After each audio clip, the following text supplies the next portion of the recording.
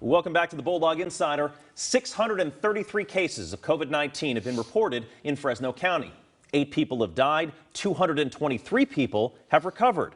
One of those 223 is an ex-Fresno State football player. Scott Bemis is here now to tell us more about his month-long battle. Scott. Yeah, Clovis West product, Travis Brown. You know, he had a standout career at Fresno State from 2009 to 2012, then played professionally in Canada for a couple years. He's since transitioned into coaching, spending the last 2 years as the linebackers coach for Edmonton in the CFL.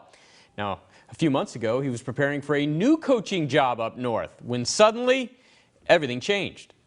It's good to see Travis Brown laughing and smiling again at his home in Fresno. I understand you're rocking the Bulldog gear today. Yeah, rocking Bulldogs and a little BC Lions. I got the perfect little mix and match on. Because the former Bulldog All-Conference linebacker, who was hired in January as the new linebackers coach for the BC Lions of the Canadian Football League, recently had a month-long battle with the coronavirus. I'm 29 years old, relatively healthy. You know, I never thought it was going to affect me like it did. In early March, the Clovis West grad started feeling the onset of a cold, but it didn't seem like much at first. You know, it was just like a tickle more than anything. Not too long after that, though, he started losing his sense of taste and smell. So I even remember that night getting on Google and typing in, you know, coronavirus, loss of smell, and nothing popped up at the time. And I sat there and researched it for, you know, a good 10, 15 minutes, like just looking, and there was no information on it that I could find. He had a couple better days after that, and since he didn't have a fever or a bad cough, he thought maybe he was in the clear. Maybe it was just a cold. But then he began to experience extreme tightness in his chest. It felt like I was laying down on my bed and a bowling ball was on my chest. The other kind of thing that reminded me of it is if you tighten the belt around your chest as tight as it could go and said breathe. And that's kind of what I started feeling. And at that point, it was like, okay, now this is everything pointing to the virus. He called 911 and went to the emergency room where they tested him for COVID-19. They tested me and then they just said, go home, self-quarantine.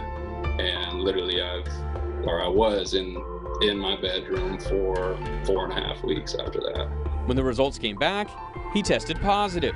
And a week or two later, things started to get really scary. I described it as, it felt like my breathing was, it wasn't on automatic anymore, it was on manual. So I literally had to, breathe for myself. And if I stopped thinking about it, I just wanted to be breathing. One night was so bad, this hard-nosed Valley kid, who helped lead the Bulldogs to 4 straight bowl appearances during his college career, thought he was one step away from needing help to simply breathe on his own. Every time I began to doze off or fall asleep, I would stop breathing completely. It felt like I was getting waterboarded.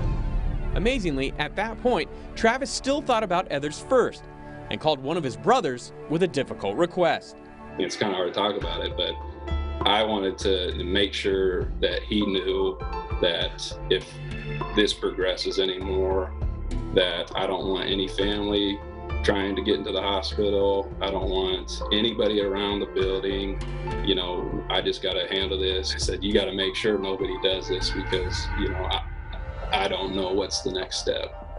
The second of what turned out to be 3 trips to the ER followed the next day. And even though this battle would last several more weeks, there was one point where I went 5 straight days without sleeping at all. He was always able to breathe on his own, and eventually he beat the virus, being declared fully recovered a couple weeks ago after 2 straight negative tests.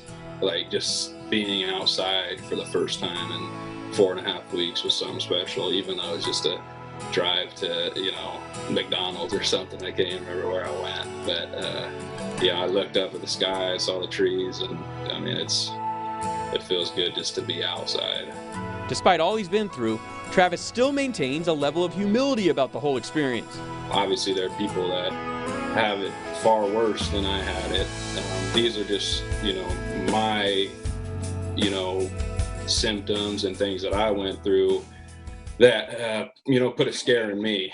And he's being careful not to be judgmental of anyone else's actions during this pandemic. I mean, people have to work.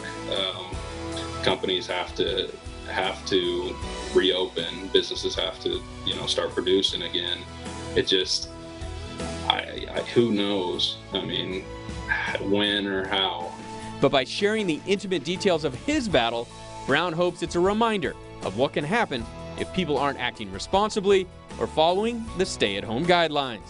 It affects everybody differently, and it may not affect you this way, but who you bring it home to, it may affect them, worse. Powerful stuff. Brown doesn't want to speculate on when or how he contracted the virus, but he was in the Vancouver area for coaches' meetings when he first started feeling sick. Now that he's recovered, he also told me he plans on donating his plasma in an effort to help others in fighting off the virus. And Andrew, he also wanted to extend a heartfelt thank you to his family and friends and really just the extended community that knows Travis Brown out there for all their messages of support. When I talked to him, he said at that point he had received over 1,000 messages of support since his mom first went public with his positive diagnosis. I'll bet. And I remember seeing that Facebook post. A lot of it was in all caps. And to hear him say, like a belt tightening around his chest, of those 1,000+ messages, anyone in particular that he said stood out to him? I didn't ask him specifically about, the messages, but he did mention several members of his family specifically as being great during the month-long battle. His mom and his brothers and sister and cousins would come by and drop off food for him outside his house, and then his roommates would deliver it to him or outside of his room.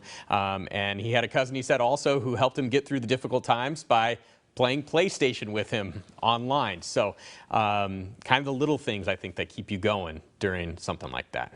Glad he's recovered. 29. For a while, we thought it was 65 and older, but somebody who's perfectly healthy and 29 can potentially get this. Yep. Thanks very much, Scott and Travis. Glad you're doing well.